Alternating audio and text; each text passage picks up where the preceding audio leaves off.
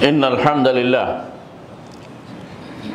نحمده ونستعينه ونستغفره ونعوذ بالله من شرور أنفسنا ومن سيئات أعمالنا من يهده الله فلا مضل له ومن يضلل فلا هادي له وأشهد أن لا إله إلا الله وحده لا شريك له وأشهد أن محمدا عبده ورسوله يا أيها الناس اتقوا ربكم الذي خلقكم من نفس واحدة وخلق منها زوجها وبث منهما رجالا كثيرا ونساء واتقوا الله الذي تساءلون به والأرحام إن الله كان عليكم رقيبا يا أيها الذين آمنوا اتقوا الله حق تقاته ولا تموتن إلا وأنتم مسلمون يا أيها الذين آمنوا اتقوا الله وقولوا قولا سديدا يصلح لكم أعمالكم ويغفر لكم ذنوبكم ومن يطع الله ورسوله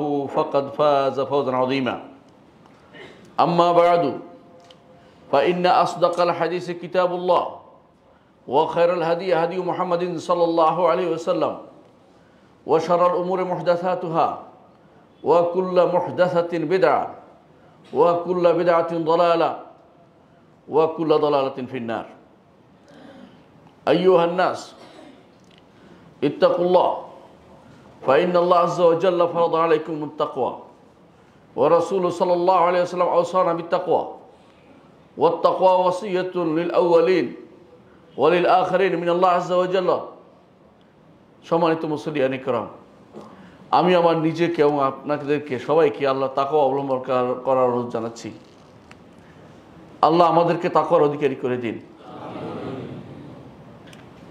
সম্মানিত মুসল্লিয়ান ইকরাম, প্রতি জুমাতে আমরা একটা আয়াত সব সময় তেলাওয়াত করে থাকি। শুরুতেই সর্বপ্রথম যে আয়াতটি পড়ে সেটা হচ্ছে ইয়া আইয়ুহান নাসু ইত্তাকু রাব্বাকুমুল্লাযী খালাকাকুম মিন নাফসিন ওয়াহিদা। হে মানুষেরা, ওই আল্লাহর তাকওয়া অবলম্বন করো যিনি তোমাদেরকে এক নফস থেকে সৃষ্টি করেছেন। তাকওয়ার সাথে, আল্লাহর তাকওয়ার সাথে এক নফসের সৃষ্টির কি গুরুত্ব থাকতে পারে, একসাথে উল্লেখ করার কারণটা কি? তারপর বলেছেন ওয়া খালাকা মিনহা যাওজাহা, আর এই নফস থেকেই তিনি তার স্ত্রীকে সৃষ্টি করেছেন, অর্থাৎ আদম থেকে হাওয়াকে সৃষ্টি করেছেন। ওয়া বাসসা মিনহুমা রিজালান কাসীরান ওয়া নিসাআ, দুইজনকে দিয়ে সারা জগৎ তিনি পূর্ণ করে দিয়েছেন, নারী এবং পুরুষ দিয়ে। আবার বলেছেন ওয়াত্তাকুল্লাহ আল্লাযী তাসাআলুনা বিহি ওয়াল আরহাম, ওই আল্লাহর তাকওয়া অবলম্বন করো যে আল্লাহকে দিয়ে তোমরা চাও একে অপরকে আল্লাহর ওয়াস্তে দেন বা আল্লাহর জন্য দিন, এরকম। ওয়াল আরহাম, আর আত্মীয়তার সম্পর্ক, এটা দিয়েও তোমরা একে অপরের কাছে প্রার্থনা করো যে আমাকে এটা দিন, আমি আপনার আত্মীয় হই। ইন্নাল্লাহা কানা আলাইকুম রাকিবা, আল্লাহ আমাদের সবার উপরে সুতীক্ষ্ণ নজর রাখছেন। সম্মানিত মুসলিয়ান ইকরাম, আয়াতটি দিয়ে একটু তাকান, বুঝতে পারবেন আয়াতটি আমাদেরকে জগতের বুকে পরিবারকে যথাযথ গঠন করার নির্দেশনা দিচ্ছে। তিনি এক রব্বুল আলামিন, তার নির্দেশে একজন মানুষকে তিনি নিজ হাতে সৃষ্টি করেছেন, তিনি হচ্ছেন আদম আলাইহিস সালাতু ওয়াস সালাম, এবং তাকে সম্মানিত করেছে এর মাধ্যমে তার থেকে আবার তার স্ত্রীকে নিয়ে উভয়ের মাধ্যমে তিনি সারা জগৎকে মানুষ দিয়ে ভরে দিয়েছেন। এটা বুঝাতে চেয়েছেন যে সমস্ত সৃষ্টি আল্লাহর পরিবার, আর সমস্ত সৃষ্টি আদম সন্তান একই পরিবারভুক্ত মানুষ, একই পরিবারভুক্ত ছিল। সুতরাং পরিবারের গুরুত্ব এখানেও স্পষ্ট যে আমরা আসলে একই পরিবারের লোক ছিলাম। ভিন্ন ভিন্ন কারণে বিভিন্ন অবস্থায় আমাদের ভিন্ন ভিন্ন পরিবেশ তৈরি হয়ে পরিবারটাকে নষ্ট করে দেওয়া হয়েছে। কোরআনে কারীম আল্লাহ তাআলা অন্যত্র বলেছেন ওমিন আয়াতিহি, আল্লাহর নিদর্শন হচ্ছে আন খালাকা লাকুম মিন আনফুসিকুম আজওয়াজা, তিনি তোমাদের নিজেদের থেকে তোমাদের স্ত্রী সৃষ্টি করেছেন, অর্থাৎ আদম থেকে হাওয়াকে সৃষ্টি করেছেন। এইটা নয় যে প্রত্যেককে আলাদাভাবে তার থেকে তার স্ত্রী সৃষ্টি, এরকম না, উদ্দেশ্য এটা না। আদম থেকে হাওয়া সৃষ্টি করেছেন, অর্থাৎ তোমাদের থেকে, এমন নয় যে অন্য কোনো প্রাণী থেকে এনে পুরুষের জন্য নারীর ব্যবস্থাপনা করেছেন একই প্রজাতির, অন্য প্রজাতির কিছু নিয়ে আসেন নাই। মিন আনফুসিকুম আজওয়াজান লিতাসকুনু ইলাইহা, যাতে তোমরা তার কাছে প্রশান্তি পাও, এক নম্বর উদ্দেশ্য। ওয়া জাআলা বাইনাকুম মাওয়াদ্দা, আর তোমাদের মধ্যে ভালোবাসা সৃষ্টি করে দিয়েছেন। ওয়া রাহমা, এবং দয়ার সৃষ্টি করে দিয়েছেন। ইন্না ফি যালিকা লাআয়াতিন লিকাওমিন ইয়াতাফাক্কারুন, এর মধ্যে অনেক আয়াত নিদর্শন রয়েছে ওই সমস্ত জাতির জন্য যারা একটু চিন্তা করে। সূরা রুমের 21 নম্বর আয়াতে আল্লাহ তাআলা বলেছেন। এর দ্বারা তিনি আমাদেরকে জানিয়ে দিচ্ছেন যে বিয়ের উদ্দেশ্য তিনটি। প্রথমত প্রশান্তি লাভ, একটা পরিবার গঠনের মধ্যে প্রশান্তি লাভ হয়। মানুষ উদ্ভ্রান্তর মতো ঘুরে বেড়ায় না, তার প্রশান্তি লাভ হয়। দ্বিতীয়ত ভালোবাসা তৈরি হয়। তৃতীয়ত যদি ভালোবাসা কোনো কারণ নাও থাকে, অন্তত রহমত আসে, দয়া আসে। কিভাবে দয়া আসে? আমার সন্তানের মা আসে, আমার সন্তানের পিতা সে, আমার পরিবারের দেখাশোনা সে করেছে, এই জাতীয় দয়া অনেক দিন থাকার কারণে একে অপরের প্রতি দয়া এসে যায়, যদি কোনো কারণে ভালোবাসা নাও থাকে। আল্লাহ তাআলা তিনটি জিনিস উল্লেখ করেছেন: প্রশান্তি, ভালোবাসা এবং মায়া বা দয়া। মানুষের ভিতরে সেটা উদ্রেক হয় যখন একটি পরিবার গঠন হয়। সুতরাং পরিবার গঠন শরীয়তের মূল উদ্দেশ্য, মৌলিক উদ্দেশ্যের একটি। আল্লাহ তাআলা কোরআনে কারীম বলেছেন, ওয়াআশিরুহুন্না বিল মা'রুফ, আর সুন্দর সৎ ব্যবহার করো, পরিবারের মধ্যে উত্তম আচরণ করো, একে অপরের সাথে স্বামী স্ত্রী একে অপর উত্তম আচরণ করো। ফাইন কারিহতুমুহুন্না, যদি কোনো নারীকে তুমি অপছন্দ করো, ফাসা আন তাকরাহু শাইআন ওয়া ইয়াজআলুল্লাহু ফীহি খায়রান কাসীরা, তুমি যেটা অপছন্দ করো, হতে পারে আল্লাহ এর মধ্যে অনেক কল্যাণ রেখেছেন।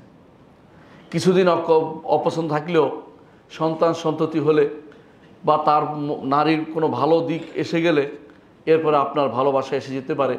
এজন্য কোরআনে কারীম আপনাদেরকে দ্রুত কোনো সিদ্ধান্ত না নিয়ে পরিবারকে ধরে রাখতে আমাদেরকে নির্দেশনা দিচ্ছে। কোরআনে কারীমে আল্লাহ তাআলা আমাদেরকে আরও জানিয়েছেন যে প্রত্যেক নবী যারা সবচেয়ে শ্রেষ্ঠ মানুষ ছিলেন, তারা পরিবার গঠন করেছেন। দু একজনের কথা আলাদা, কিন্তু মৌলিকভাবে সমস্ত নবীদেরকে তিনি পরিবার গঠনের নির্দেশনা দিয়েছেন। আল্লাহ তাআলা বলছেন, ওয়া জাআলনা লাহুম আজওয়াজান ওয়া যুররিয়া, নবীদের জন্য স্ত্রীর ব্যবস্থা করেছি, সন্তানের ব্যবস্থা করেছি। অর্থাৎ তারা নারী সহ ছিলেন, সন্তান সন্ততি সহ ছিলেন। উদ্ভ্রান্তের মতো পৃথিবীতে ঘুরে বেড়াতেন, দুনিয়া বিমুখ হয়ে নিজের মন মতো চলে বেড়াতেন, সেটা উদ্দেশ্য তাদের ছিল না কেউই। নবীদের আদর্শের বাইরে অন্য কোনো আদর্শ আমাদের জন্য গ্রহণীয় হতে পারে না। আল্লাহ তাআলা আরও বলছেন, ওয়া'মুর আহলাকা বিস-সালাতি ওয়াসতাবির আলাইহা, পরিবারকে সালাতের নির্দেশ দেন আপনি। মুহাম্মদ রাসূলুল্লাহ সাল্লাল্লাহু আলাইহি ওয়াসাল্লামকে বলছেন, ওয়া'মুর আহলাকা বিস-সালাতি ওয়াসতাবির আলাইহা, পরিবারকে নির্দেশ দেন সালাতের, এর উপরে আপনি সবর করুন। লা নাসআলুকা রিজকান ওয়াল আকিবাতু লিত-তাকওয়া, আমি কোনো রিজিকের কোনো কিছু তোমাদের কাছে রিজিক চাই না, তোমাদের কাছে আমার কোনো রিজিক চাই না। আল্লাহ কোনো রিজিক চাচ্ছেন না, কিন্তু চাচ্ছেন তিনি আমাদের পরিণাম যা তাকওয়া মুত্তাকি হওয়া, তিনি আমাদের কাছে চাচ্ছেন। কোরআনে কারীমে আল্লাহ তাআলা আরও বলেছেন, কু আনফুসাকুম ওয়া আহলিকুম নারা, নিজেকে বাঁচাও, পরিবারকে বাঁচাও। এ সবই আমাদেরকে একটি জিনিস দিকে আমাদের দিকে পথ নির্দেশ করছেন, তা হচ্ছে আমরা যেন পরিবার গঠন করি। পরিবার গঠনের গুরুত্ব কোরআনে কারীমে যেভাবে আসছে, রাসূলুল্লাহ সাল্লাল্লাহু আলাইহি ওয়াসাল্লাম হাদিসেও তেমনি আসছে। রাসূলুল্লাহ সাল্লাল্লাহু আলাইহি ওয়াসাল্লাম বলেছেন, ইয়া মা'শারাশ শাবাব মান ইসতাতা'a মিনকুমুল বাআতা ফালিতাযাওয়াজ, হে যুবক সম্প্রদায়, তোমাদের মধ্যে কেউ যদি কোনো ঘর করার সামর্থ্য রাখে, শারীরিক সামর্থ্য এবং আর্থিক সামর্থ্য, তাহলে সে যেন বিয়ে করে। ফাইন্নাহু আগাদ্দু লিল বাসার ওয়া আহসানু লিল ফারজ, কারণ সেটা তার চোখকে নিচু করবে এবং লজ্জাস্থানকে হেফাজত করবে। যদি সে না পারে তাহলে সে যেন সওম পালন করে, কারণ সেটা তার প্রবৃত্তিকে দমনে সহায়ক হবে। রাসূলুল্লাহ সাল্লাল্লাহু আলাইহি ওয়াসাল্লাম আরও বলেছেন, লা ইয়াফরুকু মুমিনুম মুমিনা, একজন মোমেন নারী একজন মোমেন পুরুষ একজন মোমেন নারীকে কখনো অপছন্দ করবে না। যদি কোনো মোমেন নারীর একটি খাসলত তার অপছন্দ হয়, আরেকটি খাসলত তাকে আনন্দ দিবে। অর্থাৎ মোমেন নারী সবসময় পরিপূর্ণ হয় না, তার অনেক কিছুতেই ত্রুটি থাকতেই পারে। কারণ নারীদের মধ্যে কমতি আল্লাহ তাআলা সৃষ্টিগতভাবে দিয়ে দিয়েছেন, সৃষ্টিগতভাবে তাদের মধ্যে একটু কমতি দিয়েছেন। এই কারণে অনেক কিছু তারা একদিক কোথাও তাদের অ্যাবসেন্ট থাকবেই, কিন্তু আরেকটি দিক তার জন্য ভালো থাকবে। পূর্ণ কাউকে আপনি পাবেন না। মুহাম্মদ রাসূলুল্লাহ সাল্লাল্লাহু আলাইহি ওয়াসাল্লাম বলেছেন যে কামুলা মিনার রিজালি কাসীরুন, পুরুষের মধ্যে অনেকেই পূর্ণতা প্রাপ্ত হয়েছে, তাদের সর্বদিক থেকে অনেকেই বলতে পারেন যে সব দিক থেকে একটা ইউনিক একটা ব্যক্তি, কিন্তু নারীর মধ্যে পূর্ণতা খুব কমই পাওয়া যায়। এর মধ্যে তিনি দুইজনের উল্লেখ করেছেন, একজন হচ্ছেন মারিয়াম, একজন হচ্ছে আসিয়া বিনতে মুজাহিম। যে দুইজনের কথা আল্লাহ তাআলা কোরআনে কারীমে সূরা আত-তাহরিম উল্লেখ করেছেন। এরা হচ্ছে আদর্শ যে এরা পূর্ণ নারীর আদর্শ। কিন্তু এর বাইরে সমস্ত নারী দুনিয়াতে জগতে পরিবার গঠন করতে হয়, নারী তো লাগবেই। সে নারী সর্বদিক থেকে পরিপূর্ণ হবে এরকম না, কোনো সাইড মেনে নিয়েই আপনাকে তার সাথে ঘর করতে হবে। এই জন্য রাসূলুল্লাহ সাল্লাল্লাহু আলাইহি ওয়াসাল্লাম বলেছেন যে সবচেয়ে বাঁকা হাড় হচ্ছে উপরের হাড়টি, উপরের যে হাড়টা, যে এই হাড়টা দিয়েই নারীকে তৈরি করা হয়েছে। এই জন্য তাকে পরিপূর্ণ সোজা করা যাবে না, যতটুকু সোজা করা যায় তা নিয়ে ঘর সংসার করতে হবে। যদি বেশি সোজা করতে যান তাহলে সেটা ভেঙে যাবে। এটা হচ্ছে মুহাম্মদুর রাসূলুল্লাহ সাল্লাল্লাহু আলাইহি ওয়াসাল্লামের বাণী। তিনি আরও বলেছেন আলা কুল্লুকুম রাঈন ওয়া কুল্লুকুম মাসউলুন আন রাইয়াতিহি, জেনে রাখো তোমাদের প্রত্যেকেই রাঈ, অর্থাৎ তোমাদের প্রত্যেকেই রাখাল, আর তোমাদের প্রত্যেকে তার রাখালিপনা সম্পর্কে জিজ্ঞাসা করা হবে। ফাল আমিরুল্লাযী আলান নাস রাঈন, যে শাসক মানুষের উপর শাসনের ক্ষমতা পেয়েছে তিনি হচ্ছেন একজন রাখাল। ওয়া হুয়া মাসউলুন আন রাইয়াতিহি, তিনি তার অধীনস্থদের ব্যাপারে তাকে জিজ্ঞাসা করা হবে। ও রাজুলু রাঈন আলা আহলি বাইতিহি, একজন মানুষের দায়িত্ব হচ্ছে তার পরিবারের উপরে। আমার কথা নয়, মুহাম্মদ রাসূলুল্লাহ সাল্লাল্লাহু আলাইহি ওয়াসাল্লামের কথা। এই দায়িত্ব তাকে পালন করতেই হবে, এটা ফরজে আইন যে একদম পরিবারের উপরে তার দায়িত্ব রয়েছে। ওয়া হুয়া মাসউল আনহুম, সে পরিবার সম্পর্কে জিজ্ঞাসিত হবে। দুনিয়ার সব মানুষ সম্পর্কে জিজ্ঞাসিত হবে না, যতটুকু তার ক্ষমতা আছে পরিবারের উপর তার ক্ষমতা থাকবেই, এই জন্য সেটা তাকে জিজ্ঞাসা করতে হবে। এর উপরে ক্ষমতা অনুসারে যার যতটুকু ক্ষমতা ততটুকু তাকে জিজ্ঞাসা করা হবে। যে সবার উপরে শাসক, তাকে সবার সম্পর্কে জিজ্ঞাসা করা হবে। যে কিছু মানুষের শাসক, তাকে যতটুকু তার শাসনের অধীন ততটুকু সম্পর্কে আল্লাহ তাআলা তাকে জিজ্ঞাসা করবেন। এই জন্য ওমর রাদিয়াল্লাহু আনহু তিনি যখন খলিফা হয়েছিলেন তখন বলেছিলেন যে ফোরাতের তীরে যদি কোনো ছাগল না খেয়ে মারা যায়, আমার আশঙ্কা হয় আল্লাহ আমাকে তার জন্য জিজ্ঞাসাবাদ করবেন। কারণ তিনি বড় দায়িত্ব পেয়েছেন, এই জন্য বড় দায়িত্ব পাওয়ার কারণে বড় জিজ্ঞাসা তার উপর আরোপিত হয়েছে। এজন্য আপনি যেহেতু অন্তত একজন মানুষ, তার পরিবারের উপরে তার দায়িত্ব রয়েছে। পরিবারকে যথাযথ পরিচালনা, পরিবারকে আল্লাহর দ্বীনের উপর রাখা, এটা তার দায়িত্ব। এই সম্পর্কে তাকে জিজ্ঞাসাবাদ করা হবে। রাসূলুল্লাহ সাল্লাল্লাহু আলাইহি ওয়াসাল্লাম এরপর বলেছেন ওয়াল মারআতু রাইয়াতুন আলা বাইতি বালিহা, একজন নারী তার স্বামীর ঘরের উপরে সে হচ্ছে রাখালিনী। সারা দুনিয়ার উপর তাকে দায়িত্ব দেওয়া হয়নি। নারী সারা দুনিয়া দায়িত্ব পালন করবে, এটা আল্লাহর পক্ষ থেকে নিষিদ্ধ জিনিস, এবং রাসূলুল্লাহ সাল্লাল্লাহু আলাইহি ওয়াসাল্লাম থেকে নিষিদ্ধ। রাসূল বলেছেন যে লা ইয়াফলাহা কওমুন ওয়াল্লাহু আমরুহুম ইমরাআ, ওই জাতি কখনো সফল কাম হতে পারবে না, তারা তাদের নারীকে দায়িত্ব দিয়েছে পরিচালনার। আর যারা আপনারা বিভিন্ন রকমের ভাইস চেয়ারম্যান, ভাইস প্রেসিডেন্ট বিভিন্ন নাম দিয়ে নারীদেরকে বিভিন্ন দায়িত্ব দিচ্ছেন, এটা শরিয়া বিরোধী কাজ, এটা ইসলাম কখনো অনুমোদন করে না। ইসলাম বলে নারীর ঘর হোক, নারীর দায়িত্ব মুহাম্মদ রাসূলুল্লাহ বলে দিচ্ছেন রাইয়াতুন আলা বাইতি বালিহা ওয়া ওয়ালাদিহি, সন্তান সন্ততি এবং স্বামীর ঘরের উপরে সে হচ্ছে রাখালিনী। স্বামীর ঘর এবং সন্তান সন্ততি হচ্ছে তার সর্বোচ্চ বিচরণের জায়গা। এর বাইরে বিচরণ করতে গেলে সে ফিতনা তৈরি করবে। এই জন্য তার পরিবার গঠনের গুরুত্ব এখানে এসে যায়। একজন নারী যদি ঘরে থাকে তার পরিবার গঠন হবে, নারী যদি ঘর থেকে বেরিয়ে যায় ইস্তাশরাফাহা শয়তান তার দিকে উকি মারে এবং এরপরে যত ফিতনা তৈরি হয়ে যায়। মুহাম্মদ রাসূলুল্লাহ সাল্লাল্লাহু আলাইহি ওয়াসাল্লাম বলছেন ওয়াহিয়া মাসউলাতুন আনহা, ওই এদের সম্পর্কে, ঘরের লোকদের সম্পর্কে নারীকে জিজ্ঞাসাবাদ করা হবে হাসরের দিন। নারীকে দুনিয়ার সমস্ত মানুষ সম্পর্কে জিজ্ঞাসাবাদ করা হবে না। পার্শ্ববর্তী গ্রামে কি হচ্ছে, ওই গ্রামে কি হচ্ছে, এই নিয়ে নারীর কোনো মাথা ব্যথা হওয়ার উচিত না। নারীর মাথা ব্যথা হওয়া উচিত তার স্বামী এবং তার পরিবার, সন্তান সন্ততি নিয়ে তার সমস্ত মাথা ব্যথা থাকা উচিত। এরপর রাসূলুল্লাহ সাল্লাল্লাহু আলাইহি ওয়াসাল্লাম বলেছেন আলা ফাকুল্লুকুম রাইন, জেনে রাখো তোমাদের প্রত্যেকেই রাখাল, ওয়াকুল্লুকুম মাসউলান রাইয়াতিহি, তোমাদের প্রত্যেককেই তার রাখালিপনা সম্পর্কে জিজ্ঞাসাবাদ করা হবে। ইমাম বুখারী মুসলিম হাদিসটি বর্ণনা করেছেন। অন্য হাদিসে রাসূলুল্লাহ সাল্লাল্লাহু আলাইহি ওয়াসাল্লাম বলেছেন, মা মিন আবদিন ইস্তারাইহিল্লাহ রাইয়াতান ইয়ামুতু ওয়া হুয়া গাশিল রাইয়াতি ইল্লা হারামাল্লাহু আলাইহিল জান্নাহ।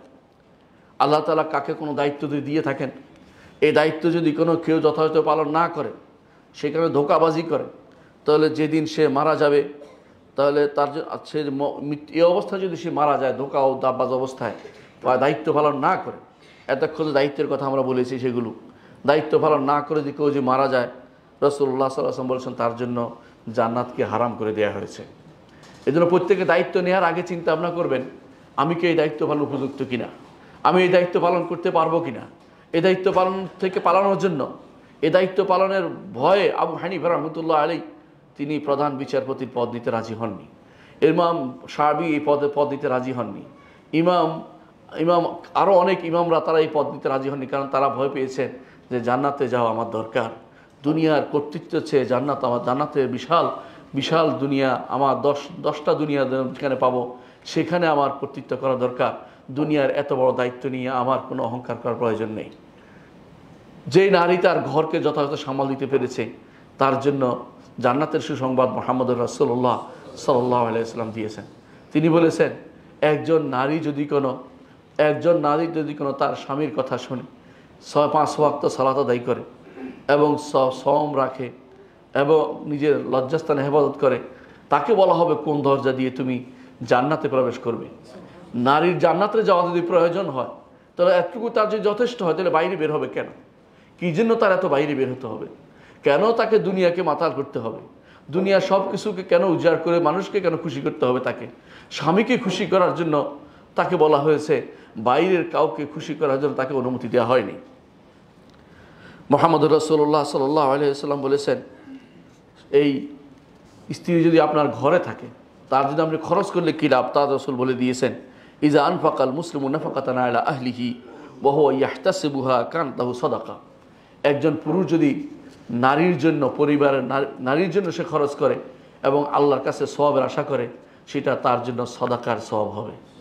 আর কোথাও না দিতে পারলে, পয়সা নাই, খরচ করেছেন ঘরে, এটাও আপনার জন্য সাদাকা হবে যদি আল্লাহর কাছে সে সওয়াবের আশা করে।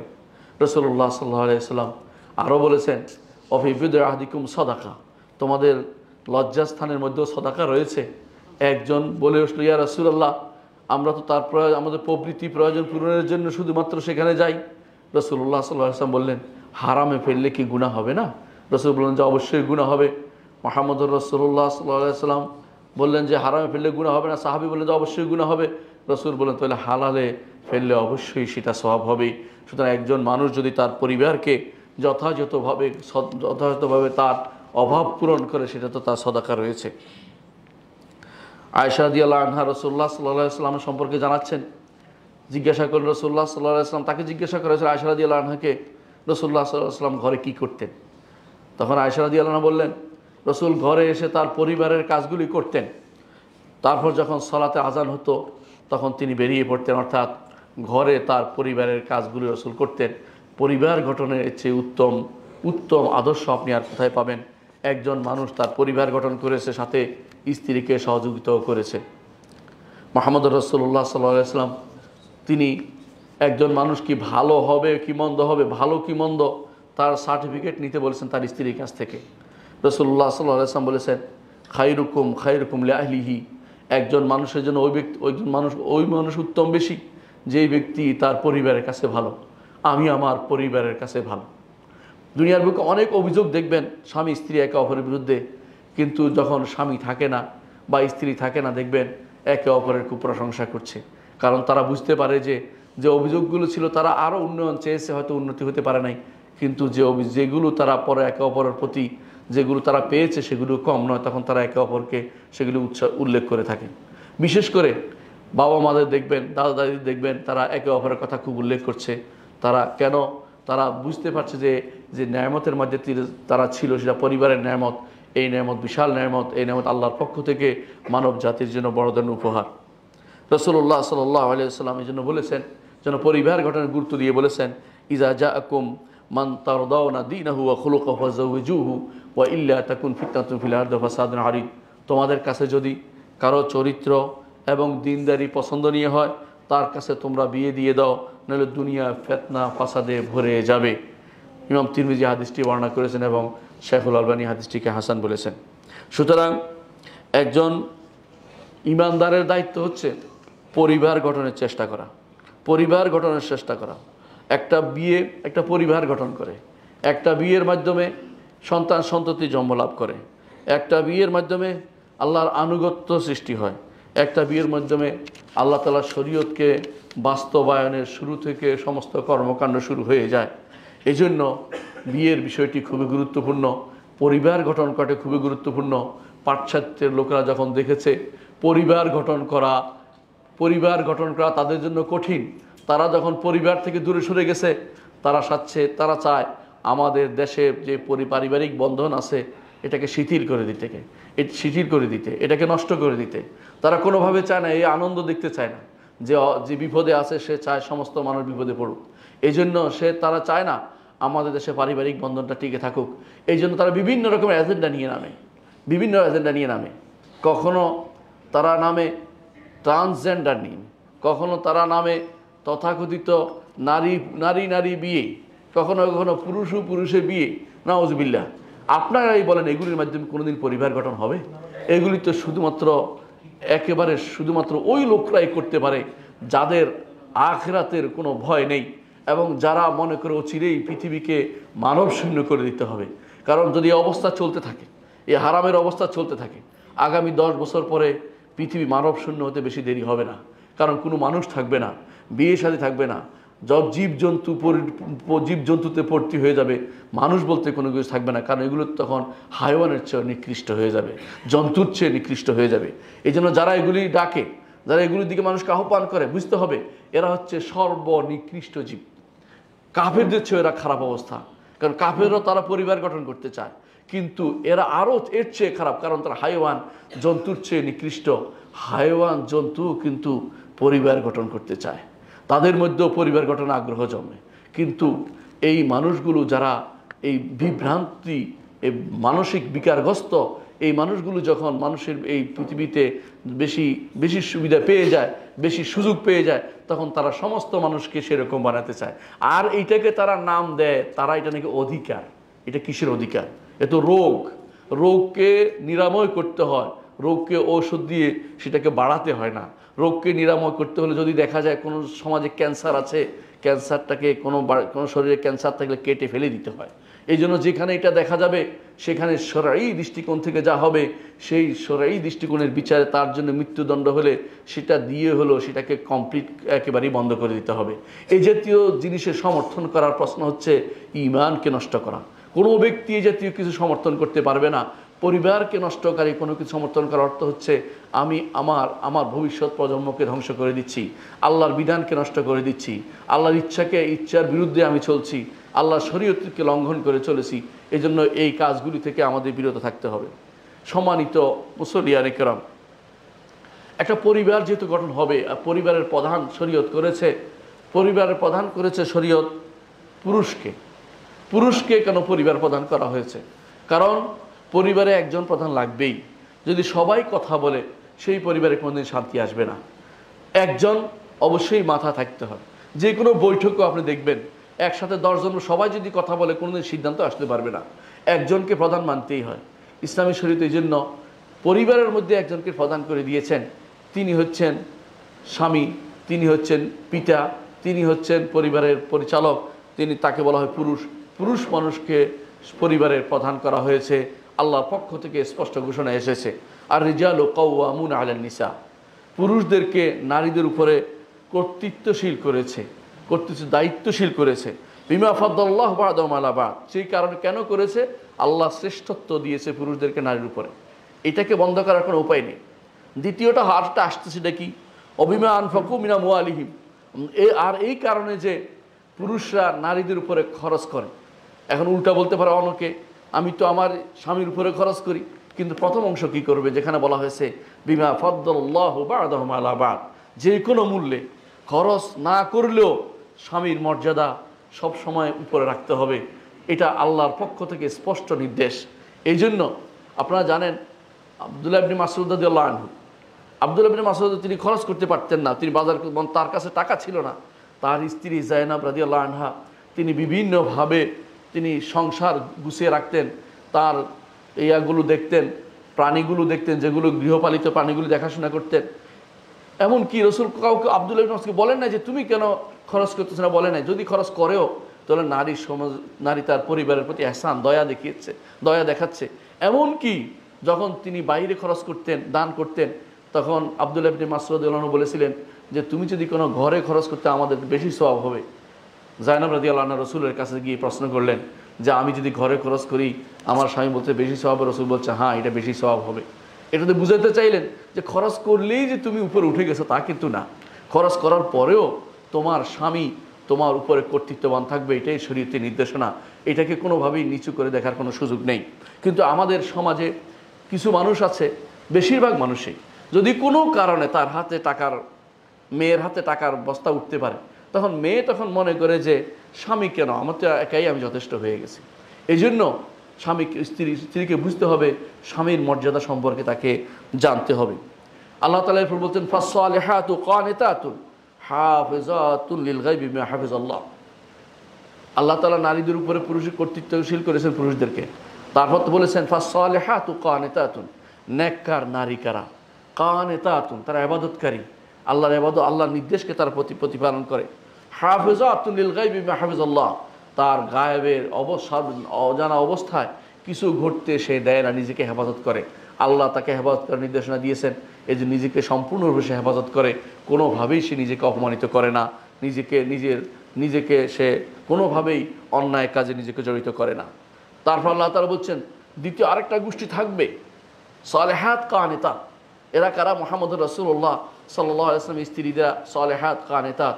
এর বিপরীতে অদূর ভবিষ্যতে আরেকটা গোষ্ঠী আসবে যারা কি আল্লাহ তাদের সম্পর্কে বলেছেন ওয়াল্লাতি তাখাফুনা নুশুজাহুন্না ফাইজুহুন্না। আর যারা না সেজা আছে, স্বামীর কথা শুনতে চায় না, স্বামীর কথাকে তার কাছে বিষ মনে হয়, স্বামীর কথা শুনে তার কাছে খারাপ লাগে, আল্লাহ তাআলা বলছেন ওয়াল্লাতি তাখাফুনা নুশুজাহুন্না ফাইজুহুন্না, তাদেরকে নসিহত করো। ওয়াহজুরুহুন্না ফিল মাদাজি, শোয়ার ক্ষেত্রে তাদেরকে আলাদা ঘরের ভিতরে অন্য জায়গায় শো, একসাথে না শুয়ে ভিন্ন জায়গায় শো। ওয়াদরিবুহুন্না, এর মধ্যে হালকা মার তাদেরকে দিতে পারো, তবে বড় মার নয়। যেমন আমাদের মুফাসসিররা বলেন যেমন মেসওয়াক দিয়ে, যাতে বোঝা যায় যে আমি তোমার উপর কর্তৃত্ববান। এর নয় যে তাকে মেরে ফেলা বা আঘাত করে এমন মার দেওয়া যাতে বোঝা যায় যে তাকে মারার জন্য মারছে, এটা যেন না হয়। আদব শিক্ষা দেওয়ার জন্য মেরেছে, এটা শরীয়তে অনুমোদিত। এটাকে যদি কেউ খারাপভাবে দেখে কিছু বলার নেই, ইসলাম এটা অনুমোদন করেছে। তারপর কি করতে হবে? আল্লাহ তাআলা বলছেন ফাইন আতা'নাকুম ফালা তাবগু আলাইহিন্না সাবিলা। এর মধ্যে যদি কোনো স্ত্রীরা স্বামীকে মেনে নেয়, তাহলে এর মধ্যে আর বাড়াবাড়ি করার তোমাদের কোনো প্রয়োজন নেই। ইন্নাল্লাহা কানা আলিয়ান কাবীরা, তিনি আলী, সব কিছুর উপরে তিনি, সবকিছু তিনি কবির। সুতরাং তোমরা নিজের বড়াই দেখিও না। এটা হচ্ছে আল্লাহর পক্ষ থেকে স্পেশাল দায়িত্ব পুরুষদেরকে দেওয়া হয়েছে ঘরের মধ্যে নারীদের উপরে।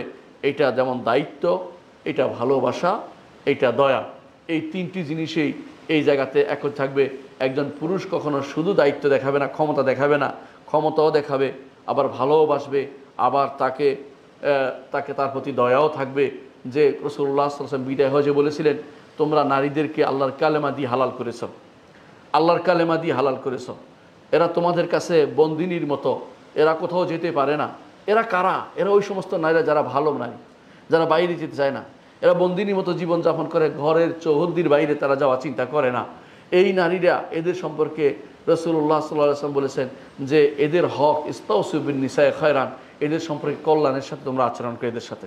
কিন্তু যে নারী নিজের পথ নিজে রচনা করার জন্য, নিজের ভাগ্য রচনা করার জন্য, নিজে তথাকথিত উদ্যোক্তা হওয়ার জন্য, নত নিজে তথাকথিত ইনভেস্টর হওয়ার জন্য দুনিয়া চষে বেড়াচ্ছে, ওই নারীর উপরে কে কর্তৃত্ব করবে? সেই তো সবার পুরুষের উপর কর্তৃত্ব করে বেড়াচ্ছে। ওই নারীকে কে শিক্ষা দিল এটা? ইসলাম তো এই নীতি শিক্ষা দেয় নাই। দুনিয়ার শান্তির জন্য এত টাকা পয়সা লাগে না, এত টাকা পয়সা লাগে না।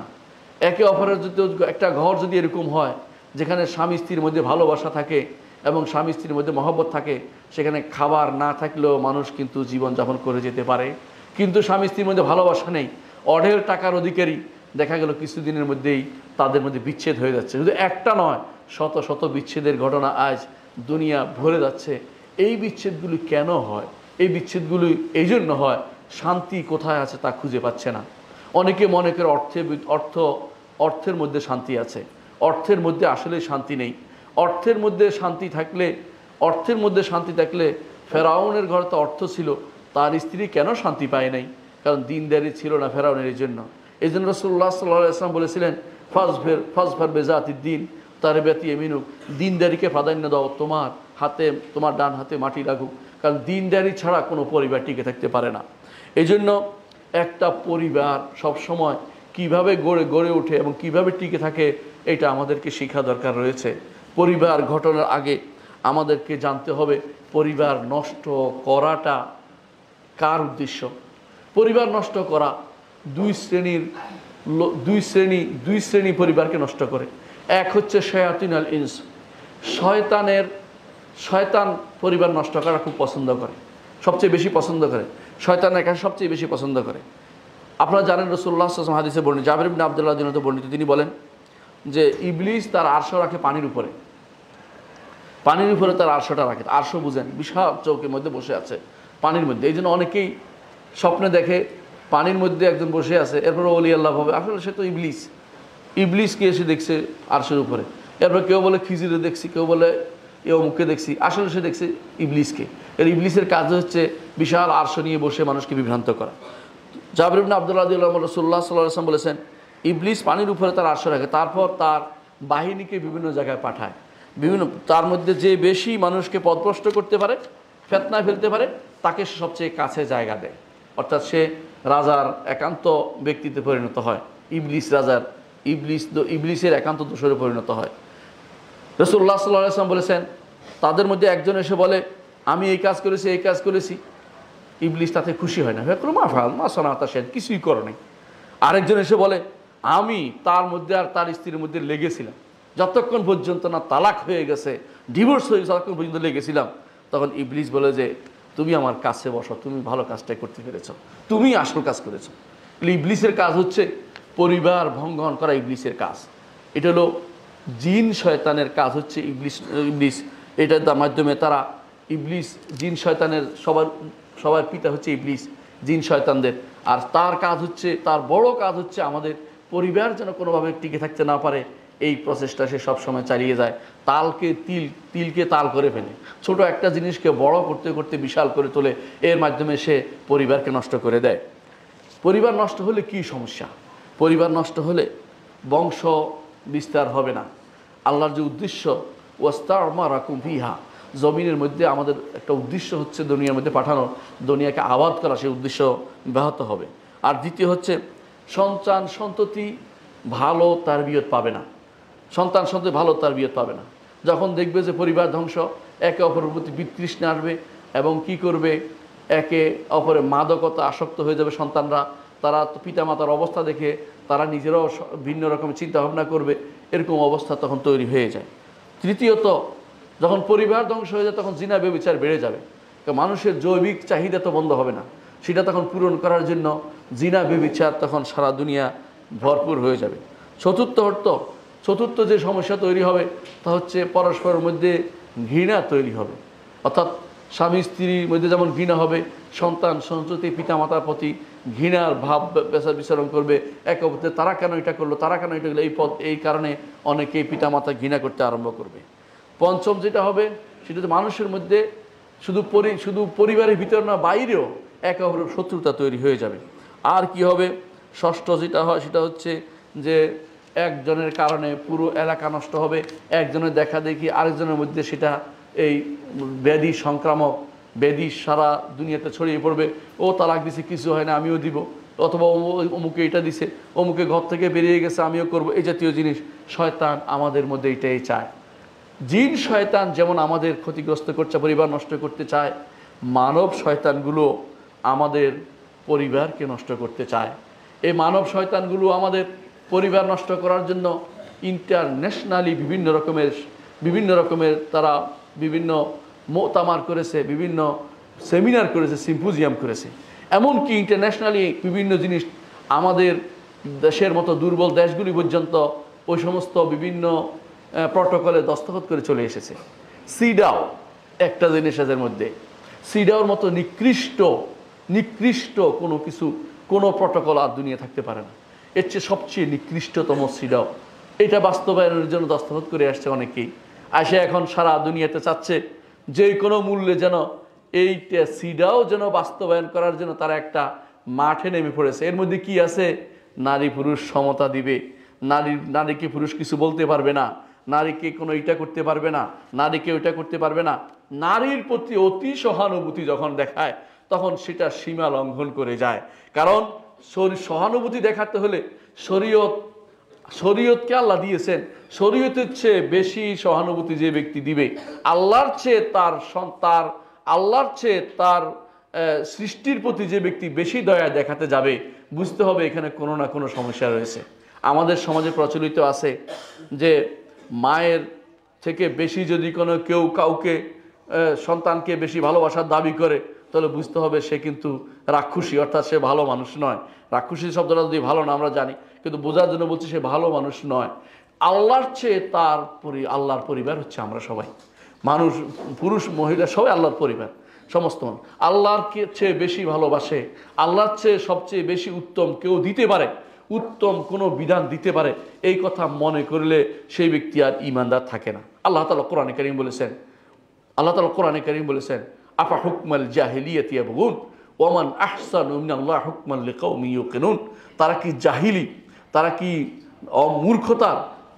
মূর্খতার বিধান দিতে চায়? আল্লাহর চেয়ে উত্তম বিধান কে দিতে পারে? আল্লাহর চেয়ে উত্তম বিধান কেউ কোনো দিতে পারে না। আর এটা যদি কেউ মনে করে যে আল্লাহর বিধানের চেয়ে অন্য বিধান উত্তম, সেই ব্যক্তি সঙ্গে সঙ্গে কাফের হয়ে যাবে। কেউ যদি মনে করে যে একজন নারীকে আল্লাহ যা দিয়েছেন এর চেয়ে বেশি তাকে দেয়া দরকার, সেই ব্যক্তি কাফের হয়ে যাবে। কেউ যদি মনে করে পুরুষকে কেন কর্তৃত্বশীল করা হয়েছে এটা মেনে নেওয়া যায় না, সেই ব্যক্তি কাফের হয়ে গেছে, যদিও সে মসজিদে নামাজ পড়ে, সে ব্যক্তি ঈমানদার হতে পারে না। এই জন্য আমাদেরকে জানতে হবে না, জিন শয়তান এবং মানব শয়তান উভয় আমাদের ক্ষতি করছে, উভয় আমাদের সব কিছু নষ্ট করে দিচ্ছে, আমাদেরকে দিন থেকে দূরে সরিয়ে দিচ্ছে, আমাদের পরিবারকে ধ্বংস করে দিচ্ছে। জিন এবং মানব শয়তান আমাদের পিছনে লেগেছে। শায়াতিন আল ইনসি ওয়াল জিন, কোরআনে কারিমে দুটো শব্দ আল্লাহ তাআলা উল্লেখ করেছেন যে জিন শয়তান যেমন আছে, মানব শয়তানি তেমনি আছে। মানব শয়তানগুলো এখনো বিভিন্ন চ্যানেলে বসে আছে, বলতে থাকে আমি এখন কি করি। কেউ ফোন করে বলে আমি এখন কি করি, অর্থাৎ উত্তর দিবে সে। দেখবেন বিশাল নিয়ে চ্যানেল নিয়ে বসে আছে, মিডিয়াতে বসে আছে। একজন নারী তার অবস্থা খারাপ, সে প্রশ্ন করতেছে আমি এখন কি করি, উত্তর আসতেছে পরিবার ছেড়ে দেন। পরিবার ছেড়ে দেওয়া যেন এটা বড় ধরনের একটা সমাধান তারা মনে করছে। এগুলি মানব শয়তান। এই মানব শয়তানগুলি মানুষের শুধু ক্ষতি করছে। আমাদের সমাজে আগে যদি কোনো কিছু হইতো, কি করতো? পারিবারিক বৈঠক বসতো। কোরআনে কারীম আল্লাহ অনুমোদন করেছেন সেটা, ফাবাসু হাকাম মিন আহলি হাকাম মিন আহলিয়া, উভয় থেকে পরিবারের লোক এসে এটাকে একটা সমাধানের পথে নিয়ে যেত। এখন সেটা আর হচ্ছে না, পরিবারের কারো কাছে না, সরাসরি সেটা মিডিয়াতে দিয়ে দেওয়া হচ্ছে, যাতে এটা এত বেশি প্রসার লাভ করে কোনোদিনে এটা যেন আর সমাধানের পথ না দেখে। এ হচ্ছে শয়তানের কারসাজি। মানব শয়তান এবং জিন শয়তান উভয় চায় না আমাদের পরিবারগুলি গড়ে উঠুক। পরিবারগুলি বিভিন্ন কারণে আজ নষ্ট হচ্ছে। আমি কয়েকটি কারণ উল্লেখ করব যেই কারণে আজ আমাদের পরিবারগুলি ধ্বংসের মুখে চলে গেছে। 1 নম্বর কারণ হচ্ছে বিয়ের আগেই, অনেক সময় বিয়ের আগে মানুষ দেখাশোনা করে না, যেখানে সেখানে বিয়ে করে ফেলে। বিয়ের আগে দেখা উচিত আমি এই পরিবারে বিয়ে করতেছি, এই নারী ভালো কিনা, এই নারী কি সবার সাথে হাসে হেসে কথা বলে কিনা। যেই নারী বাইরে সবাই পুরুষদের সাথে হেসে হেসে কথা বলে, ওই নারী কি বিয়ে করা যাবে না। ওই নারী বাইরে থাকবে, ওই নারী কোনোদিন ঘরের মানুষ হবে না, কারণ সে বহু মানুষের সুগন্ধি পেয়েছে, এক পুরুষের সুগন্ধি তার যথেষ্ট আর হবে না। এখন সে বহু মানুষের আসক্ত হয়ে যাবে। এই জন্য বিয়ের আগে দেখতে হবে কোন নারীকে আপনি ঘরে তুলছেন, আপনার সন্তানের মা হিসাবে কাকে পছন্দ করছেন। ওমর রাদিয়াল্লাহু আনহু জন্য বলতেন তাখাইয়ারু লিনুতাফিকুম, তোমাদের বীর্য কোথায় ফেলছো এটা পছন্দ করে নাও। কোন নারীকে তুমি ঘরে তুলছ, কোন নারীকে তুমি মা বানাচ্ছ, এটা একটু দেখে নাও, কারণ পরবর্তীতে এইটাই সব জায়গায় সংক্রামিত হবে, এই নারীর অবস্থা তার সন্তানের মধ্যে যাবে এবং তারা আর তোমাকে আর কোনদিন কেয়ার করবে না। এই জন্য অনেক সময় দেখা যায় বিয়ের আগে আমার মেয়ে একেবারে পর্দানসীনা, আমার মেয়ে একেবারে 5 ওয়াক্ত নামাজ পড়ে, এরকম মিথ্যাচার করে। আবার অনেক সময় পুরুষের দোষটা গোপন করে জোর করে বিদেশ থেকে আনে, তাকে বিয়ে করাই দিল একটা মেয়েকে। ওই পুরুষ বেটা যে কত খারাপ কাজ করেছে বিদেশে, এইটার তো ফিরিস্তি এদের কাছে নাই। এবার সে যে বিভিন্ন রকমের আসক্তি তার মধ্যে আছে, সে আসক্তির কথা ওই পরিবার জানে না। এর মাধ্যমে পরবর্তীতে এটা বিয়ে না হয়ে তালাকে পরিণত হয়ে যায়। এই জন্য সবসময় রাসূলুল্লাহ সাল্লাল্লাহু আলাইহি ওয়াসাল্লাম আদর্শ আমাদের থাকতে হবে। রাসূলুল্লাহ সাল্লাল্লাহু আলাইহি ওয়াসাল্লামকে এক নারী বলেছিলেন যে আমাকে 3 জনে বিয়ের প্রস্তাব দিয়েছে, আমি কি করব? রাসূল তখন স্পষ্ট বলে দিয়েছেন যে মুআবিয়া সে তো ফকির, আবু জাহাম সে তো লাঠি কাঁধের উপরে, আর তুমি বিয়ে করো মুখকে, ওসামাকে বিয়ে করো, এটা তোমার জন্য ভালো হবে। তাহলে বোঝা গেল যে এখানে লুকোচুরির বিষয় না, বিয়ের জায়গাতে লুকোচুরি করা যাবে না। যদি খারাপ কিছু জানেন আপনার বলা সেটা কর্তব্যের মধ্যে পড়বে, কারণ একটা পরিবার পরবর্তীতে না হলে ধ্বংস হয়ে যাবে। এটা অবশ্যই লুকোচুরির বিষয় নয়, এখানে লুকোচুরি করা যাবে না। কেউ যে কোনো মানুষের উচিত যে বিয়ের আগে বিস্তারিত বলে দেয়া, বিয়ের পরে যেন এ নিয়ে বাড়াবাড়ি না হয় বা এ নিয়ে কোনো রকমের মন কষাকষি তৈরি না হয়।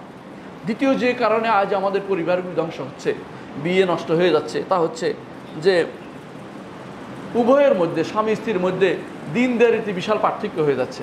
দিনদারির মধ্যে কোনো মিল থাকতেছে না। একজনের দিনদারি চায় মসজিদে জামাতে পড়বে, আরেকজন চায় বছরে একবার নামাজ পড়বে, আরেকজন চায় অথবা সাপ্তাহিক নামাজ পড়বে। এই জাতীয় জায়গাতে কখনো দিন সুন্দর হতে পারে না এবং এটা কখনো ভালো হয় না। কখনো কখনো সামাজিক মর্যাদার কারণেও একে অপরের বিয়েটা সুন্দর হয় না এবং পরিবার টিকে থাকে না। একজন উপরে নিচে পরিপূর্ণ, একজন লাখপতি আর একজন যদি রিক্সাওয়ালার সাথে বিয়ে হয়, কখনো সেটা মিল হবে না। আপনাকে আপনার সমপর্যায়ের জোয়াল লাগাতে হবে। যেমন ছাগলে আর গরু মিলে হাল চাষ করা যায় না, আপনাকে দেখতে পরিবার গঠন করতে হলে তেমনি আপনাকে মিলে নিতে হবে যে একই পর্যায়ের আছে কিনা। আপনাদের মধ্যে ব্যবসায়ী পরিবার, শিক্ষিত পরিবারের মধ্যে যাওয়ার কোনো ব্যবস্থা আছে কিনা সেটা আপনারা দেখে নেবেন, কারণ এইটা জানার প্রয়োজন রয়েছে। একে অপরকে তখন বুঝতে পারে, নাহলে পরিবারগুলো বেশিরভাগ টিকে থাকে না। তৃতীয় যে কারণে পরিবারগুলি ধ্বংস হয়ে যায় তা হচ্ছে অধিকাংশ সময় বিয়ের পরে দেখা যায় যে স্বামী নামাজ পড়ে না, সালাত আদায় করে না, অথবা স্ত্রী সালাত আদায় করে না। এটা বলতেও পারে না, বলে যে তুমি আমার উপর কি ফোর্স করতেছ, তুমি আমাকে জোর করতেছো কিনা, ইত্যাদি ইত্যাদি, বা আমি কি কম কিনা, ইত্যাদি ইত্যাদি, এরকম অবস্থা তৈরি হয়ে যায়। এবং কি এইটা নয়, শুধু দিনদারি, শুধু সালাতের কথাও বলছি না, ঘরের ভিতরে একজনের গান শুনে, একজনের গান শোনা পছন্দ করে না, একজনের গান শোনার জন্য লাগিয়ে রাখছে হাই ভলিউম দিয়ে, আরেকজন দেখে মন খারাপ করতেছে, কিছু বলতে পারছে না, একজনের টিভি ছেড়ে রাখতেছে, একজন টিভি বন্ধ করতে চায়, এ নিয়ে ঝগড়া লেগে যাবে। এটা কিন্তু বাস্তব কথা। এই কারণে অনেক সময় আমাদের এই পরিবারগুলি ধ্বংস হয়ে যাচ্ছে। অবশ্যই আমাদের জানতে হবে আল্লাহর ব্যাপারে কোনো রকমের ছাড় চলে না। স্বামী হোক বা স্ত্রী হোক, যেখানে আল্লাহর ব্যাপারে ছাড় আসছে সেখানে আপনাকে সেই পরিবারকে ছাড় দিতে হবে। কোনো নারী যদি সালাত আদায় না করে, সে নারীর সাথে সংসার করা যাবে না। কোনো পুরুষ যদি সালাত আদায় না করে, সেই পুরুষের সাথে সংসার করা যাবে না। কারণ এটা যতক্ষণ পর্যন্ত এ অবস্থা থাকবে, সালাত আদায়কারী না হবে, দিনদারিতা তাদের মধ্যে না আসবে, ততক্ষণ শয়তান তাদের উপর প্রভাব বিস্তার করবে এবং একে অপরকে সামান্য কাজে কষ্ট দিতে থাকবে। চতুর্থ যেই কারণে পরিবারগুলি ধ্বংস হয়ে তা হচ্ছে অতিমাত্রা আত্মমর্যাদাবোধ। অতিমাত্রা আত্মমর্যাদাবোধ কেমন? সেটা হচ্ছে একজন আরেকজনের উপর মোটেই বিশ্বাস করছে না, একজন আরেকজনের মোটেই বিশ্বাস করছে না। কীরকম? এ মনে করে ও তো বোধ বাইরে কিছু করে বেড়ায়, আর এ মনে করে ও বোধ কাউকে ডেকে আনে ঘরের ভিতরে আমার উপস্থিতিতে। এই জাতীয় চিন্তা ভাবনা যদি কোনো অতিমাত্রা আত্মমর্যাদাবোধ থাকে, বিনা কারণে যদি সন্দেহ হয়, ইসলামী শরীয়ত অনুমোদন সেটা করে না। মুহাম্মদ রাসূলুল্লাহ সাল্লাল্লাহু আলাইহি ওয়াসাল্লাম বলেছেন, আল্লাহ তাআলা কিছু আত্মমর্যাদাবোধকে পছন্দ করেন আর কিছু আত্মমর্যাদাবোধকে তিনি অপছন্দ করেন। যেটা সন্দেহের জায়গা, সন্দেহ হয়েছে এমন কিছু হলে আল্লাহ তাআলা সেটা পছন্দ করেন। এরকম আত্মমর্যাদাবোধ থাকা উচিত। আপনি যখন দেখবেন ঘরে এসে আপনার ঘর থেকে একটা পুরুষ মানুষ বের হয়েছে, এটা সন্দেহের জায়গা, এটা সন্দেহ করবেন। আপনি যখন দেখে যাবেন আপনার ছোট ভাইকে আপনার স্ত্রীর সাথে একই রুম বসবাস করতেছে, আসছে যাচ্ছে, আপনি সন্দেহের জায়গা, এখানে সন্দেহ করাটা সওয়াবের কাজ। কিন্তু আপনি যদি মনে করেন রাস্তা দিয়ে একটা মানুষ হেঁটে গেছে, আমার স্ত্রী ঘরে আছে, কেন গেল, রাস্তা দিয়ে হেঁটে গেল, এইটা হচ্ছে শরীয়ত নিষিদ্ধ সন্দেহের জায়গা, এখানে সন্দেহ করার অনুমতি শরীয়ত দেয় নাই। এটাকে রাসূলুল্লাহ সাল্লাল্লাহু আলাইহি ওয়াসাল্লাম বলেছেন আল্লাহ তাআলা অপছন্দ করেন। ইমাম আবু দাউদ হাদিসটি বর্ণনা করেছেন। সাধারণত বেশিরভাগ সময় দেখা যায় অতিমাত্রা এই সন্দেহ প্রবণতা আমাদের সমাজে পরিবারকে ধ্বংস করে দিচ্ছে। পরিবারের মধ্যে অতিমাত্রা, যেখানে সন্দেহ নাই সেখানে সন্দেহ তৈরি করা পরিবারকে ধ্বংস করে দিচ্ছে। অনেক সময় তার সন্তানকে পর্যন্ত অস্বীকার করে, এমনকি বলে বসে সন্তানকে কি আমি ডিএনএ টেস্ট করাবো কিনা ইত্যাদি বলতে থাকে। এই জাতীয় জিনিস তো ইসলামী শরীয়তে নাই। কারণ ইসলামী শরীয়ত বলছে আল ওয়ালাদুল ফিরাশ ওয়ালিল আহিরিল হাজার, সন্তান যেহেতু তোমার পরিবারের ভুক্ত, সেহেতু তোমারই সন্তান। আর যে ব্যক্তি জিনা ব্যভিচার করেছে, পাথর ছাড়া কিছু তার মধ্যে নাই, তার জন্য পাথর দিয়ে তাকে মৃত্যুদণ্ড দেওয়া উচিত ছিল। এই জন্য সে কিছু পাবে না, আর সন্তানের অধিকারী সে হতে পারবে না। আপনার ঘরে যেহেতু সন্তান এসেছে, এখানে সন্দেহ করার কোনো সুযোগ আপনার যেন কোনো দিনে না হয়। শয়তান সেখানে ঢুকে আপনার পরিবারকে নষ্ট করতে চায়। পঞ্চম যে কারণে আমাদের পরিবারগুলো ধ্বংস হয়ে যাচ্ছে তা হচ্ছে স্বামী স্ত্রী একে অপরের অধিকার সম্পর্কে সচেতন না। স্বামী স্ত্রী কি অধিকার আছে এটা আরেকদিন আলোচনা করব, কিন্তু অনেকেই জানে না স্বামী স্ত্রী কি কর্তব্য রয়েছে। স্বামী মনে করে সে আমার কর্তব্য পালন করছে না, স্ত্রী মনে করে আমার কর্তব্য পালন করছে না, অথচ জানেই না কার কর্তব্য কোনটি। এমনও হতে পারে স্বামী যেটা কর্তব্য মনে করছে এটা তার কর্তব্য না, স্ত্রী যেটা কর্তব্য মনে করছে এটাও তার কর্তব্য না, স্বামীর কর্তব্য না, কিন্তু না জানার কারণে পরিবারগুলি ধ্বংস হয়ে যাচ্ছে। ষষ্ঠ যে কারণে পরিবার ধ্বংস হয়েছে অতিমাত্রা, অতি শিক্ষিত হওয়া। অতি শিক্ষিত হওয়ার পরিণতি হচ্ছে কি, তখন মনে করে আমি কম কি, আমিও ডাক্তার তিনিও ডাক্তার, আমিও ইঞ্জিনিয়ার তিনিও ইঞ্জিনিয়ার, আমি তার কথা শুনতে যাবে কেন, তার তো একটা সেকেন্ড ক্লাস আছে আমার তো সব ফার্স্ট ক্লাস, অথবা তার তো একটা এ আছে আমার তো এ আছে। একে অপরকে কখনো আর সহ্য করতে চায় না, আমি আপনার কথা কেন শুনতে যাব। মানে এই যেন একটা প্রতিযোগিতা নেমেছে অতিমাত্রা। এই সভ্যতার এই অসভ্য দিকটা মারাত্মক আমাদের জন্য পরিবার বিনাশী অস্ত্র হিসেবে দেখা দিয়েছে। সেটা হচ্ছে যে আমরা মনে করি যে যতক্ষণ পর্যন্ত সমপর্যায়ে শিক্ষিত না হবে তাদেরকে বিয়ে দেওয়ার বিষয়টা আপনারা চিন্তা করেন না। মনে রাখবেন, যদি কোনো সমপর্যায়ে শিক্ষিত এই সমস্যা হবেই। অবশ্যই চেষ্টা করবেন স্ত্রী থেকে স্বামী যেন একটু হলেও বেশি শিক্ষিত হয়, কারণ না হলে তারা একে অপরকে মেনে নিবে না। আর যদি এরকম হয় সমপর্যায়ে দিতে এবার নিচেও দিতে পারে, সমস্যা নাই। যদি এমন নারী হয় যে নারী স্বামীর মর্যাদা বুঝে, স্বামী কি জিনিস বুঝে, স্বামীকে শরীয়তে সৈয়দ বলা হয়েছে। ও আলফায়া সৈয়দাহা আলাদাল বাব, সূরা ইউসুফ বলছে যে যখন দুইজনের দরজার সামনে গিয়ে উপস্থিত হলো ইউসুফ এবং আজিজ মিসরের স্ত্রী, দুজনের দরজার সামনে দেখে সৈয়দ সামনে, সৈয়দ মানে স্বামীকে বোঝানো হচ্ছে। অর্থাৎ স্বামী হচ্ছে নেতা আছে, যত কম জানুক আর যত কম শিক্ষিত হোক না কেন স্বামীর মর্যাদা স্ত্রীকে বুঝতে হবে এবং সেটা মানতে হবে। তার গায়রত এখানে কাজ করতে পারবে না। সে অতিমাত্রা অতি শিক্ষিত হয়ে অতি সভ্য হওয়ার দাবি করে স্বামীর প্রতি নিজের বক্তব্য দেওয়া ছাড়তে হবে, স্বামীর থেকে বেশি বোঝার চিন্তা ছাড়তে হবে, অনেক কিছু চুপ থাকতে হবে, স্বামীর সাথে মুখোমুখি তর্ক করা যাবে না, স্বামীর কথার সাথে তর্ক করে স্বামীর কথার উত্তর দেওয়া যাবে না, এটা শরীয়ত বলে না। তার অবস্থাটা বুঝে শুধুমাত্র বলতে হবে। আমি পরবর্তীতে স্বামী যখন তার ক্রোধ যখন কমে যাবে তখন শুধু তাকে জানানো যাবে আমি এটা উদ্দেশ্য নিয়েছিলাম। ক্রোধের সময় স্বামীর সাথে বিতর্ক করা ইসলামী শরীয়ত কখনো সেটা অনুমোদন করে না। এটা নারীকে বুঝতে হবে, নাহলে সেই পরিবার কখনো টিকে থাকে না। সপ্তম যে কারণে সাধারণত পরিবারগুলি ধ্বংস হয়ে যায় তা হচ্ছে পরস্পরের মধ্যে অর্থনৈতিক বিভিন্ন কারণে। যেমন স্বামী কোনো কারণে হয়তো হতে পারে স্বামী কিছুটা কিপটা টাইপের স্বভাবের, কিন্তু দেখুন এরকম অবস্থা কিন্তু সাহাবায়ে কেরামের মধ্যেও ছিল। আবু সুফিয়ান রাদিয়াল্লাহু আনহু তিনি খরচ করতে চাইতেন না, কিন্তু তার স্ত্রী তো ছিল, এমন নয় তো তার স্ত্রী চলে গেছেন এমন না, তার স্ত্রী তো ছিল। আবু সুফিয়ান খরচ করতে চাইতেন না, তিনি অনেকটা কিছু টাকা ধরে রাখতে চেষ্টা করতেন, কিন্তু তার স্ত্রী হিন্দ তার স্ত্রী হিসেবে ছিলেন, সন্তান লালন পালন করেছেন।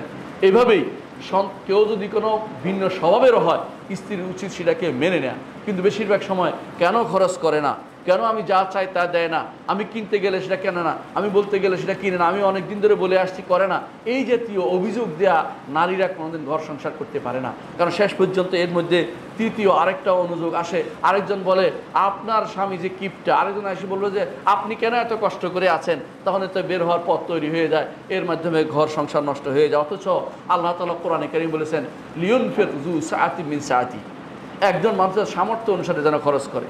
ওমান কুদরা আলাইহি রিজকু ফালইউনফিক মিম্মা আতাহুল্লাহ, যাকে আল্লাহ তাআলা কম রিজিক দিয়েছেন সেজন্য যতটুকু আল্লাহ দিয়েছে অতটুকুর মধ্যে অতটুকুর মধ্যে সে ব্যয় করে। লা ইউকাল্লিফুল্লাহু নাফসান ইল্লা মা আতাহা, আল্লাহ কাউকে যতটুকু ক্ষমতা দিয়েছে এর বাইরে আল্লাহ কাউকে কষ্ট দেন নাই। সুতরাং আপনাকে কষ্ট দেয় নাই। পাশের বাড়ির মহিলা একটা সোফা সেট কিনেছে, আপনার স্ত্রী এসে যদি বলে আপনি তো কিছুই কিনলেন না, একটা সোফা সেটও কিনে দেন, আপনি এটা শুনবেন না? আপনার যদি সামর্থ্য না থাকে, লা ইউকাল্লিফুল্লাহু নাফসান ইল্লা মা আতাহা, মোটেই কান দিবেন না সেটা, বরং একটু নো করার স্বভাব আপনার মধ্যে থাকা উচিত। সব কিছুতে হ্যাঁ বললে একদিন আপনি আর কোনোদিন তাকে আর নো বলতে পারবেন না।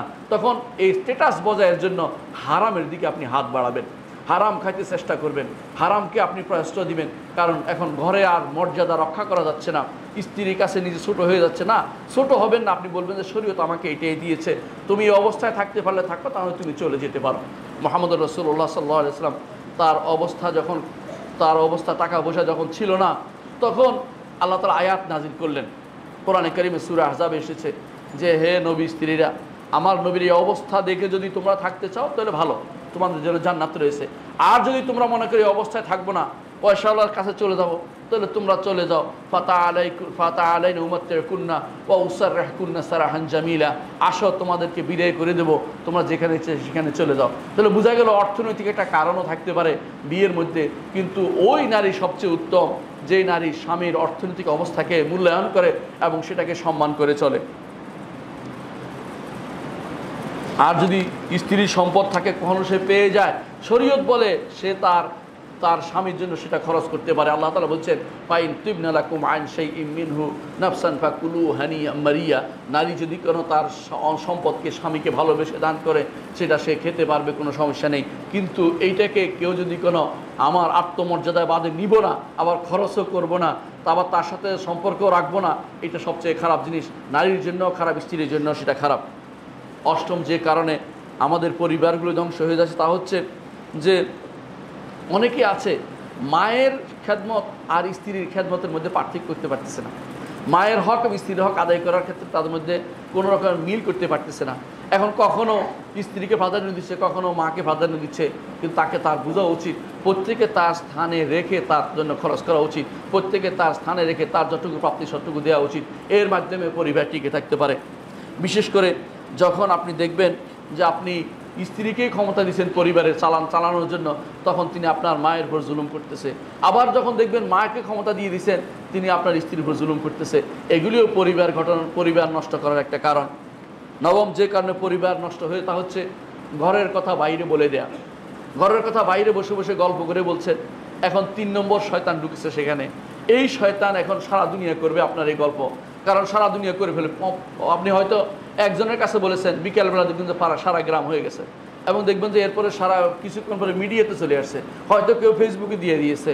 এর মাধ্যমে আপনি এই সমস্যার সমাধান তৈরি করতে পারবেন না, কারণ আপনাদের মধ্যে এখন তৃতীয় একটা অনুষঙ্গ ঢুকেছে। বিশেষ করে যদি স্বামীর পক্ষ থেকে কেউ ঢুকে যায়, স্ত্রীর পক্ষ থেকে কেউ ঢুকে যায়, তখন সেটা আরও সমস্যা, আরও মারাত্মক আকার ধারণ করবে। দশম যে কারণে পরিবারগুলি আমাদের ধ্বংস হয়ে যায় তা হচ্ছে অধিকাংশ স্বামী নির্দিষ্ট সময়ের পরে আর ঘরে থাকতে চায় না, বাইরে বাইরে ঘুরে বেড়ায়। যারা বাইরে বাইরে ঘুরে বেড়ায় তারা পরিবারকে সময় দেয় না, তাদের পরিবার ঠিকমতো থাকতে চায় না। আবার অনেকে আছে নারীরা বাইরে পছন্দ করে, ঘরের ভিতরে আটকে থাকতে তারা চায় না, থাকবো না কেউ বদ্ধ করে, তারা কবিতা রচনা করে এর মধ্যে বের হয়ে যেতে চায়। এই জাতীয় জিনিসগুলো যারা করে তারাও পরিবার গঠন করতে পারে না, এটাও পরিবার নষ্ট করার একটা কারণ। 11তম যে কারণে দেখা যায় যে বেশিরভাগ সময় পরিবার টিকে থাকতে পারে না তা হচ্ছে যে স্বামী স্ত্রী একে অপরকে কোনো গন্ধের কারণে পছন্দ করতে পারতেছে না। এতে তুমি কাপড়টা নষ্ট, তোমার সারাদিন শুধু অপছন্দ করতে থাকে। ও কেন দাড়ি কাটে না, ওটা অপছন্দ করে, আউযুবিল্লাহ, এই করে না সেই করে না, অর্থাৎ বিনা কারণে একে অপরের প্রতি কোনো একটা বিধিগত কারণে একে অপরকে ঘৃণা করতে আরম্ভ করে। হয়তো বলে পরিষ্কার পরিচ্ছন্ন থাকে না, দাঁত মাজে না, মেসওয়াক করে না, এটা করে না, ওইটা করে, এই জাতীয় কথাবার্তা বলে একে অপরকে ঘৃণা করে এরপরে পরিবার মধ্যে ভাঙন তৈরি করে। এটা তো উচিত, এটা তো সহজে সমাধান করা যায়। এই জন্য ইবনে আব্বাস রাদিয়াল্লাহু বলতেন যে আমি আমার স্ত্রীর জন্য নিজেকে তৈরি করি, স্ত্রী যেমন আমার জন্য নিজেকে সৌন্দর্য মণ্ডিত করে। এজন্য প্রত্যেকেরই উচিত স্বামী স্ত্রী একে অপরের চাওয়া পাওয়া, একে অপরের প্রতি ঘৃণার জায়গাটুকু যেন দূরে সরিয়ে যেন পছন্দের জায়গাটুকু নিয়ে আসে। 12 নম্বর যে সমস্যা তা হচ্ছে যে অনবরত কথা বলা শিখা। ওই নারী সবচেয়ে উত্তম। হাদিসে আছে রাসূলুল্লাহ সাল্লাল্লাহু আলাইহি ওয়াসাল্লাম বলেছেন যে নারী কথা কম বলে কাজ বেশি করে, অর্থাৎ পরিবারের কাজ সমাধান করে। আর ওই নারী সবচেয়ে খারাপ যে কথা দিয়ে স্বামীকে মনে করে আমার কথা দিয়ে তাকে আমি মাতিয়ে রাখতে হবে, সেজন্য আমার উপর উঠতে না পারে। বেশিরভাগ নারী আজ বাঁচাল টাইপের, বেশিরভাগ নারীরে আজ যে কোনো মূল্যে স্বামীর উপরে কথা বলতে চায়। স্বামী বেচারা যেন বিপদে পড়ে গেছে, বিয়ে করে কথাও বলতে পারে না অনেক সময় সামাজিক স্ট্যাটাসের কারণে। মহা বিপদে আছে সেই ব্যক্তি, অনেক সময় বাইরে কথা বলতে পারে না। এমনকি সে তখন ঘর থেকে পালিয়ে বেড়ায় যে ঘরে গেলে কী হবে, রাতের 12টা যায় কোনো রকম ঘুমিয়ে যাবে, এই চিন্তা সে করতে থাকে। কারণ তার ঘরের যে মহিলাটা আছে তার মুখের ভাষা আরেকজনকে দাবিয়ে রাখার জন্য যথেষ্ট। সে যেন একাই 100 পুরুষের মতো কথা বলে। এরা সবচেয়ে নিকৃষ্টতম নারী। এদের কারণে পরিবার ধ্বংস হয়ে যায়। এদের থেকে তারা সন্তানরা শিখে, মেয়েরা শিখে, ছেলেরা শিখে। এরা মনে করে এইভাবে চলতে হবে। এদের থেকে পাড়া প্রতিবেশী শিখে। কখনো না স্বামী যখন কথা বলবে, স্ত্রী কখন তার উত্তর শুধু দিবে যেটা দরকার, এর বাইরে অতিরিক্ত কোনো নিজের পক্ষ থেকে স্বামীকে দাবিয়ে রাখার চিন্তা করে কথা বললে সেটা হারাম হবে এবং এই পরিবার কোনোদিন টিকে থাকতে পারে না। 13তম যে কারণে পরিবারগুলি ধ্বংস হয়ে যাচ্ছে তা হচ্ছে স্ত্রীকে তালাক দেওয়ার ধমক দেয়া। কথায় কথায় তালাক দেওয়ার ধমক দেয়া, এটা কখনো শরীর কাজ হতে পারে না। তো তালাক দেওয়ার ধমক দিলেই স্ত্রী একসময় স্বাভাবিক পরিণত হয়ে যায়। অনেক কিছু থাকতে, অনেক রকমের ব্যবস্থাপনা থাকতে আপনি তালাক দিতে হবে এটা বলবেন কেন? আজ দেখা যায় কথায় কথায় যুবকরা কিছুই শিখে নাই, না ধৈর্য শিখেছে, না তাদের মধ্যে কোনো সহিষ্ণুতা আছে, না তাদের মধ্যে কোনো দিনের কোনো কিছু আছে। তারা কথায় কথায় একটাই পেয়েছে, তার শেষ অস্ত্র তালাক প্রয়োগ করার জন্য ধমকি দিতে থাকে। এরকম ধমকি দিতে দিতে একসময় সে পরিবার ধ্বংস করে ফেলে। আর নারীও তখন উল্টা দিকে রওনা হয়ে যায় যে আমাকে এটা বলেছে, দেখি তালাক দিয়ে দেখলে তো শেষে হয়ে গেল। তখন তার কিছু করার থাকে না, কিন্তু বুঝায় না। সে প্রথমে এটা বুঝতে পারে না, পরবর্তী কান্নাকাটি করে আমি তো বুঝতে পারি নাই। আমাদের কাছে এসে ফতোয়া চাইতে আসে, আমাদের কাছে কান্নাকাটি করতে আসে। আমরা বলছি আমাদের কিছু করার নেই, শরীয়ত যেখানে শেষ হয়ে গেছে আমরা সেখানে কোনো কিছু আপনার সম্পর্ক তৈরি করার ব্যবস্থা করে দিতে পারি না। 14তম যেটা দেখা যায় সেটা হচ্ছে অধিকাংশ সময় স্বামী স্ত্রীকে মানে না, স্ত্রী স্বামীকে মানে না, একে অপরের কথা শোনে না, বরং নিজে অতি পণ্ডিতি দাবি করে যে আমি তো ইসলাম কম বুঝি না তোমার চেয়ে, আমি অমুকটাতে ডিগ্রি করেছি, অমুক হুজুরে জিজ্ঞাসা করেছি। এই সমস্ত কথা নারীর মানায় না। আমি সবসময় মনে করতে হবে আমি যতই বেশি বুঝি না কেন আমার স্বামীর কথাকে আমাকে মেনে চলতে হবে। সে কম বুঝলেও সেটা আমি মেনে নেই। কিছু জিনিস আমাকে পরিবারে ছাড় দিতে হবে। স্ত্রীর পক্ষ থেকে ছাড়টা এখানে আসা বেশি উচিত। কারণ আর রিজালু কাওয়ামুন আলান নিসা, আল্লাহ তাআলা নারীর উপরে পুরুষদেরকে দায়িত্বশীল করেছেন। 15 নম্বর হচ্ছে অনেক সময় দেখা যায় নারীরা বিনা স্বামীর অনুমতিতে ব্যতীতই বেরিয়ে যাচ্ছে, বাপের বাড়ি চলে যাচ্ছে, অমুকখানে চলে যাচ্ছে, তমুকখানে চলে যাচ্ছে। একদিনও সেটা সহ্য করবেন না, বলবেন যে না আমার অনুমতি বাইরে হওয়া নিষেধ। আসলেই নিষেধ। সে ভালো কাজ হলেও যত কিছু হোক, স্বামী অর্থই হচ্ছে এর কাছে এর অনুমতি নিয়ে আপনাকে ঘর থেকে বেরোতে হবে। এইটা যে ব্যক্তি করবে এক সময় স্বামী বেচারাও বলবে যে সেও বেরিয়ে যায়, আমিও বেরিয়ে যাই।